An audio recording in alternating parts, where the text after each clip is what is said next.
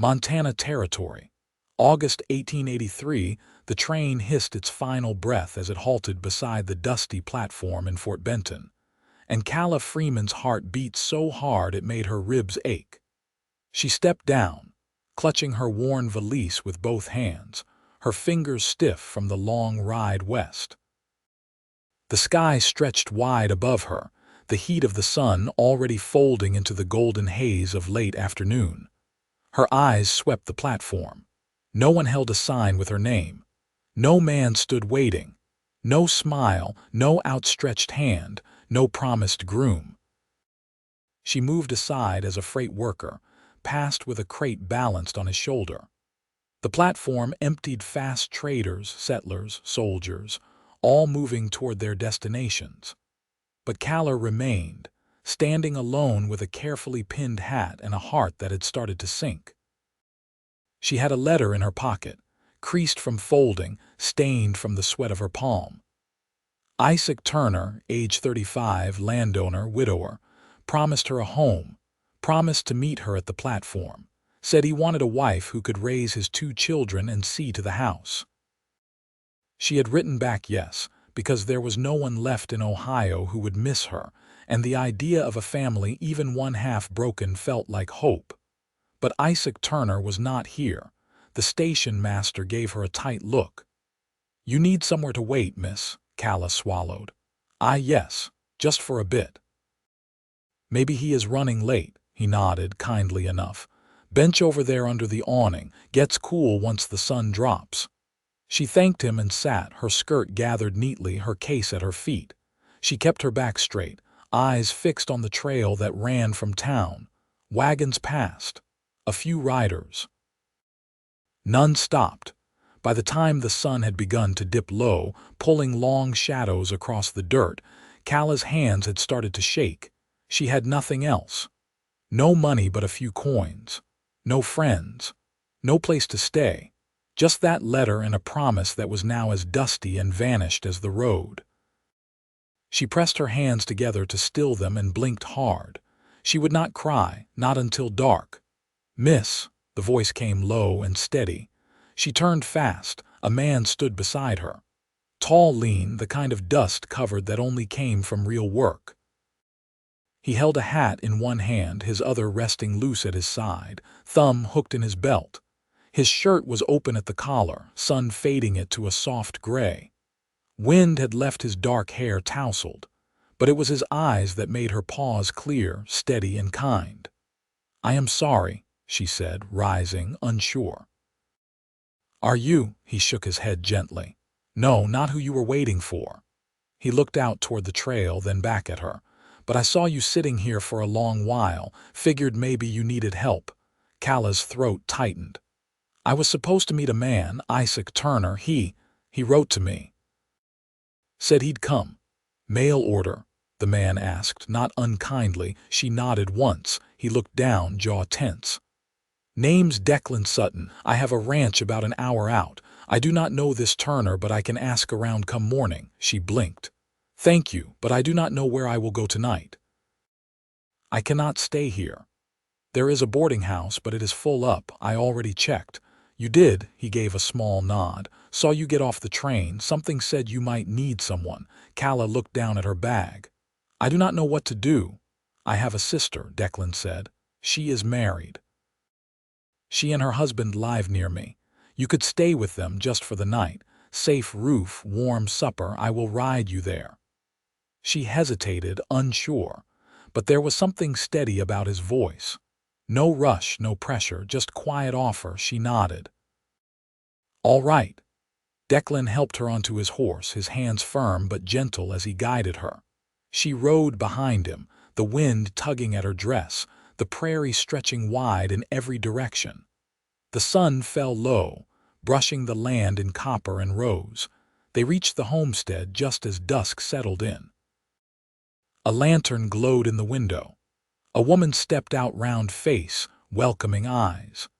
Declan introduced her as his sister Caroline, and Calla was wrapped in warmth the moment she stepped through the door. That night, as she lay in a small bed with a quilt tucked around her, Calla stared at the ceiling and listened to the wind outside. Her groom had not come, but a cowboy had stood beside her at dusk, and something inside her whispered that maybe, just maybe, that mattered more. The next morning came with sunlight and coffee and eggs. Declan knocked at the door around mid-morning, hat in hand. "Asked around," he said. "Isaac Turner left town a week ago, headed south. No one saw him come back." Calla's chest squeezed. "So he is gone." She said it flat. "I am sorry." "You did not deserve that." She looked up at him. "What kind of man does that? The kind who does not know what a woman's worth." She met his gaze and saw something there, not pity, something steadier, respect. He cleared his throat. "You want to come see the ranch? Might give you a breath." So she rode with him. The land was open, wide, and clean. Fenced pens, a red barn, 2 horses grazing. There was a house, plain but solid, with a porch and smoke curling from the chimney. "You live here alone?" she asked.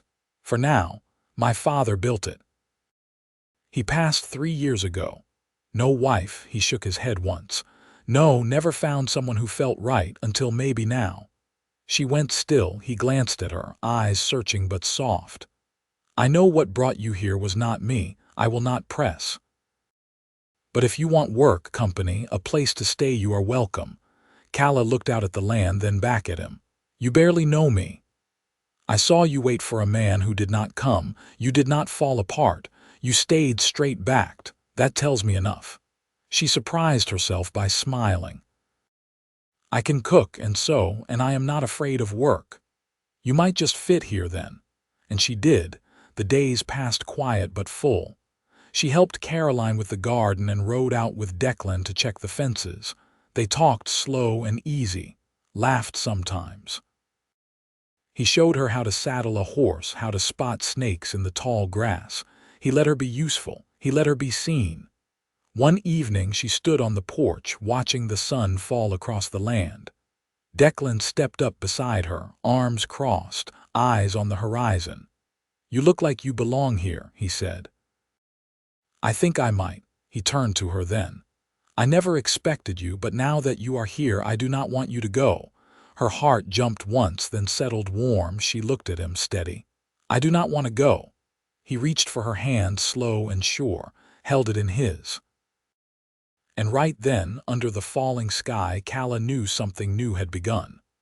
Not what she had planned, not what she had come for, but something better, something real. The wind pressed gently through the cottonwoods that lined the creek near Declan's ranch, their leaves catching late summer light like coins strung in the air. Calla stood knee-deep in the grass, gathering wild mint along the water's edge. Caroline had shown her where it grew, and she liked the quiet task fingers brushing green stems, the scent rising fresh and sharp in the heat. Declan's voice came behind her, low and unhurried. "You'll spoil me if you keep bringing that in every day." She didn't turn, but her lips curved faintly. "Then I suppose you better learn to live with it." He stepped closer, boots moving soft through the grass. "You always talk like that back in Ohio."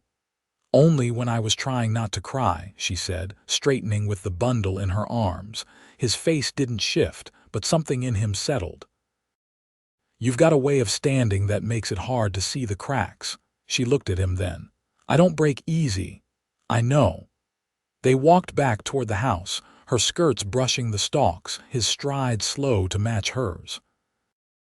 A hawk circled high above, its shadow gliding across the ground ahead of them. Calla tilted her face skyward. "Your father teach you this land?" she asked softly. "He taught me to listen to it. That if you're quiet long enough, it tells you what it needs." "Does it ever talk back?" "Only when you stop pushing it around." She nodded, and they fell into silence again until the porch steps creaked under their boots. Inside, Caroline had left a small loaf wrapped in cloth, the scent of molasses still warm in the air. Calla set her herbs beside it on the table. "I've been thinking," she said after a moment. "I could help more if you'd let me. Not just inside, I've worked a garden before." I know how to mend harness even if I'm slow at it. Declan leaned against the doorframe. You don't owe me anything. I know, but I came west to build something. I'd like to see it through. He studied her for a long moment. You ever work cattle? No. You afraid of horses? Not if they're not charging me. He gave a quiet breath that almost passed for a chuckle. I'll show you the stable tomorrow. You can start with the feed. If that goes well, we'll see about the garden. She glanced toward the window where the fields rolled out in every direction. I'm not afraid of trying. I didn't think you were. That night, the wind shifted cooler. Calla sat on the back steps, a shawl around her shoulders, her hair unpinned for the first time since arriving. Declan joined her without a word, handing her a tin cup filled with something warm. She sipped. What's in it? Just coffee, no whiskey. Good. I'd rather taste the beans than forget the day. Declan looked out across the pasture, where the moonlight caught on the fence rails. You ever think about going back? There's nothing there but gravestones and a landlady who used to steal eggs from my basket. He didn't push further. Just let the quiet settle. She shifted slightly, knees drawn close. My father was a blacksmith. My mother died young. I learned to keep the fire steady and the books clean. But once he passed, there wasn't much left. Declan stared ahead. I never knew mine much. He wasn't cruel, just gone a lot. When he was home, he was tired, never said much. I guess we both got raised by the silence then. Maybe that's why it don't bother us. They sat like that a long while, the stars rising slow and clear above them.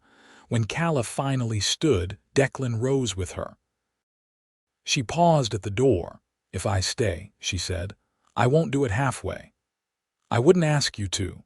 She nodded once, then stepped inside, leaving him beneath the stars. He watched the door close gently behind her and felt something inside him shift, quiet but certain. Like soil turning soft before spring. The first frost crept in before dawn, crusting the edges of the trough and sharpening the air like a blade. Calla rose early, wrapping her shawl tighter as she stepped into the yard.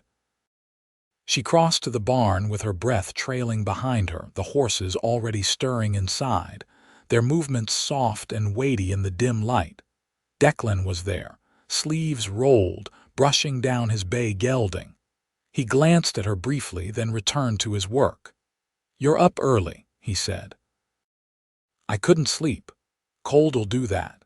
She reached for a pitchfork and began loosening hay from the stack.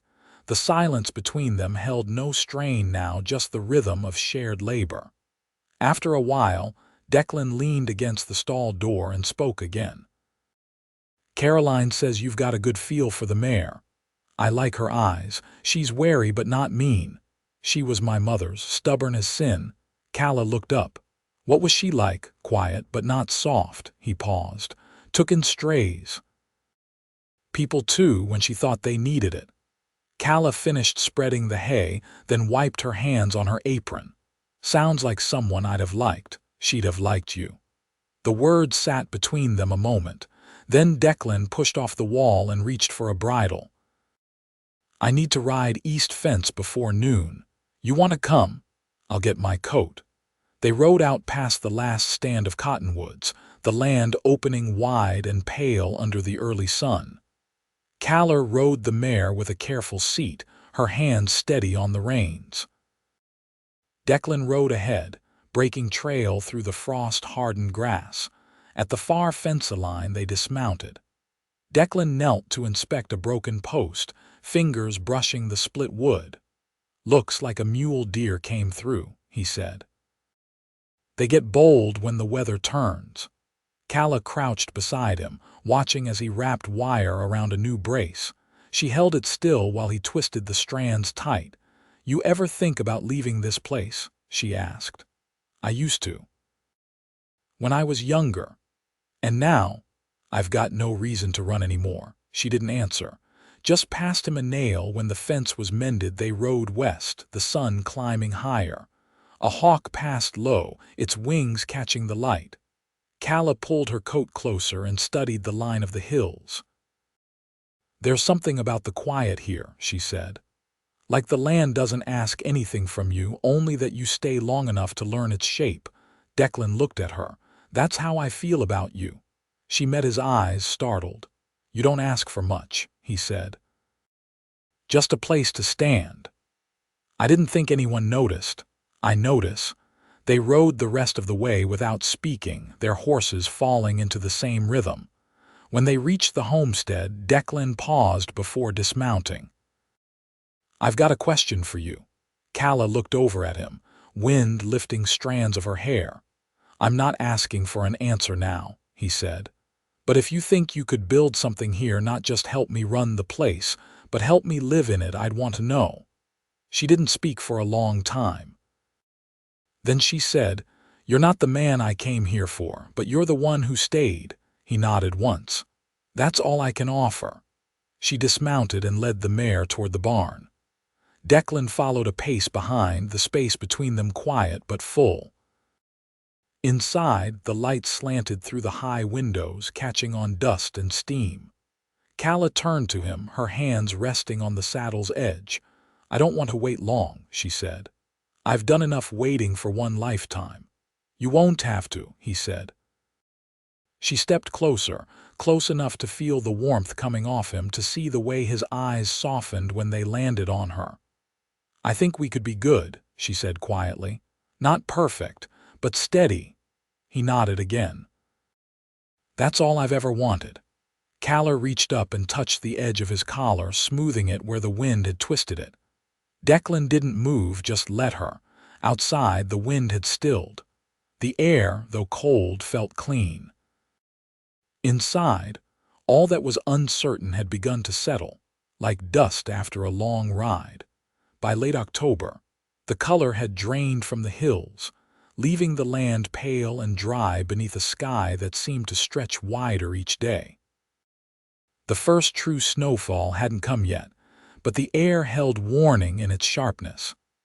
Calla stood at the edge of the corral, arms folded, watching Declan ride one of the younger colts in slow, measured circles. The horse was skittish, still testing its balance beneath a saddle, but Declan's voice stayed calm, low, each word guiding it steadier. She waited until he dismounted before speaking. "Caroline stopped by this morning. She brought a bolt of muslin. Said she thought I might need it." Declan led the colt to the rail and looped the reins. "You planning to sew something?" "I was thinking of curtains for the loft. The light's too much in the morning." "You're planning on staying long enough to care about light in the morning." "I think I already am." Declan didn't respond right away, just rubbed the colt's neck, his thumb easing along the animal's jaw. When he looked at her, it was steady. "You want the loft. I want the house to feel like it belongs to both of us." He stepped closer, the wind ruffling his collar. "You think you could marry a man like me, Calla? I think I could love a man like you." The words came quiet, sure. She didn't flinch when she said them. She didn't look away. He touched her wrist, his hand warm despite the cold. "I've never asked a woman for something that meant more than this." "You don't have to ask. I'm already here." They stood like that until the colt shifted behind them, impatient for movement. Declan released her gently, and they both stepped back into the rhythm of the day. That evening, Calla sat at the kitchen table with scissors in hand, slicing the muslin into long strips. The oil lamp flickered above her, casting soft light across the fabric. Declan came in from the dark, brushing off his coat before he hung it by the door. His boots were caked with dry earth, and the smell of wind clung to him. He watched her work for a moment, then leaned against the wall. "I found a pair of brass hooks in the shed. Thought they might do for hanging the curtains." Calla didn't look up. "You saved them. They were my father's. He used to hang his rifle from them." She paused, then set the scissors down. "Do you want me to leave them be?" "No, I want you to put them to use. You've already changed the sound of this house. Might as well change the light, too." She reached for the next strip of fabric. We'll need to take them down once it warms, or the windows won't open right. Then we'll take them down when it warms." Later, she stepped outside to shake out the cuttings. The moon was full, resting low over the plains like a coin about to be spent. Declan joined her, his hands tucked into his pockets. "I never thought about color in the house," he said. "You've lived alone a long time. It didn't feel like waiting, just surviving." Calla looked up at the sky. "I didn't expect much from coming west. But you were the first thing that felt solid when I arrived." He studied her face a moment. "I want to make it right, not just the house, us." "You already are." He reached for her hand. She let him take it. "I'll send for a preacher. Caroline can help you with the dress." "I don't need a dress." "I think you want one." She smiled, slow and quiet. "I might." They stood beneath the moon until the cold bit sharper and the wind stirred the bare branches in the yard. Declan stepped closer, his coat brushing hers. "You ever think about children?" he asked. Calla's breath caught. "Sometimes." "I do." She looked at him, her fingers tightening around his. "If we were given that, I'd be grateful. If not, we'd still have enough." He nodded. "I think so too." Inside, the lamp flickered against the window pane. Calla turned toward it, her face softened by the light. "Come inside," she said. "It's warmer now." He followed her in, and when the door closed behind them, it felt final in the best kind of way. Not as an ending, but a beginning made with both feet on the floor, two hearts beating steady in the same room. The snow began falling 2 days before the wedding, light at first, then steady, softening the edges of every fence post and roofline. Caroline stitched the last hem by lantern light, her needle moving with practiced ease as Calla stood barefoot on the kitchen chair, arms held slightly out, muslin skirts rustling faintly with every breath. "You'll want wool underneath," Caroline said, squinting at a seam. "This dress wasn't made for decoration." "I haven't had anything new since I left Ohio," Calla said. "I don't care if it's warm. I just want to feel like today matters." "It does," Caroline said gently, tying off her thread. "It matters more than most things." They married in the front room of the house, Declan standing tall in his father's old coat, the sleeves taken in by Caroline the night before. The preacher came on horseback from town, bringing his small black book and a flask of coffee. Caroline's husband fetched chairs from the barn, and the children from the neighboring homestead brought pine branches tied with red yarn for the mantle. Declan didn't speak much that morning. But when Calla stepped into the room, her hand resting lightly on the back of the chair before her, he looked at her like the ground itself had shifted beneath him. Not surprised, just changed. The vows came plainly. No poetry, no ceremony beyond what was asked. But when the preacher said, "Go on then," Declan took her hand with both of his, and there was nothing hesitant in the way he kissed her. Afterward, they shared bread and roast potatoes around the table, Caroline lifting her cup toward them. "May your days be long," she said. "And may you never forget how you started." Calla didn't speak, but she reached for Declan's hand beneath the table, her thumb tracing the ridge of his knuckle. He laced their fingers together without looking down. That night, the two of them stood by the window, watching the snow continue to fall. The house was quiet now, the fire low, the scent of ash and pine clinging to the air. Declan rested his shoulder lightly against hers. "You tired?" "No, just full." He reached up, brushing a strand of hair from her cheek with the backs of his fingers. "I wasn't sure what this place would be with someone else in it," he said. "But you didn't just fit, you made it whole." She leaned into him, her forehead resting against his jaw. "We'll build the rest slow, but I'm not afraid of the time." He turned his head, his lips brushing her temple. "I want a garden by the south fence come spring. A real one, not just potatoes. I want to try tomatoes and chickens. I'll name every one of them," he laughed quietly. even the ones we eat, especially those." They stood there until the fire dimmed to embers and the wind pressed gentle against the walls. Then they climbed the stairs to the loft, the curtains drawn tight against the cold. The winter settled around them in the weeks that followed, but the house stayed warm. Calla planted seeds in shallow boxes by the windows, testing the light, her fingers in the soil before the frost gave up its hold. Declan repaired the barn roof with her coat draped over his shoulders while she watched from the porch, mending a pair of gloves with thick thread. In March, Caroline's youngest came down with fever, and Calla rode to town for salt and vinegar, her face wind-burnt but determined.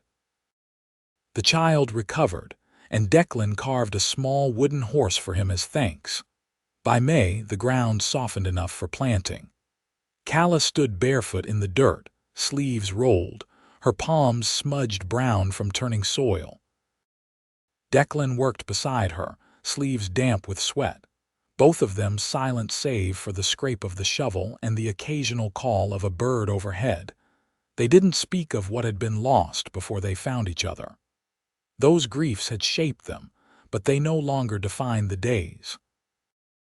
They rose early, worked long, and ended each evening with the kind of quiet that only came from knowing every word said had been worth saying.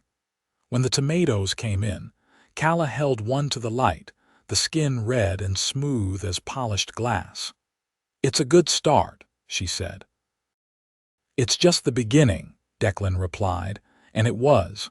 The house filled slowly with the sound of life. The clatter of pans, the creak of the porch boards, the soft tread of boots returned from the field. In late summer, Calla found herself leaning against the doorframe, one hand resting low on her belly, the other curled around a mug of cooled coffee.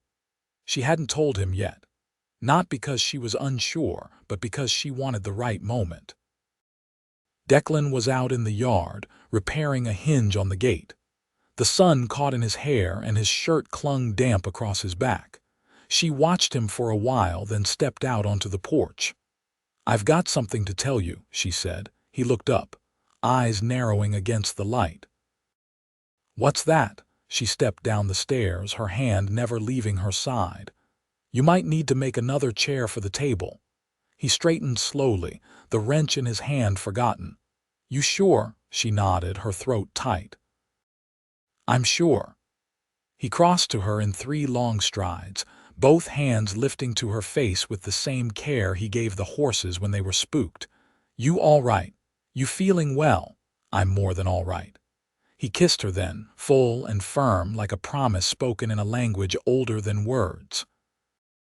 They built the cradle together from pine boards salvaged from the old chicken shed. Declan lined it with wool, and Calla stitched a blanket from scraps of muslin and flannel. When the baby came, in the quiet hush of a September morning, Caroline was there, and so was Declan, his hand never leaving hers. They named her Miriam.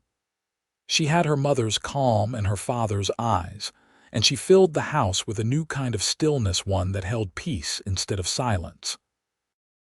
Years passed. The garden grew wider. The barn held more animals than they'd planned. The land gave back what they'd sown, and the house never stood empty. Calla's hair turned silver at the temples, and Declan's hands grew thick with age, but his grip never lost its strength. Each evening they sat on the porch with their daughter between them, watching the sun settle behind the hills.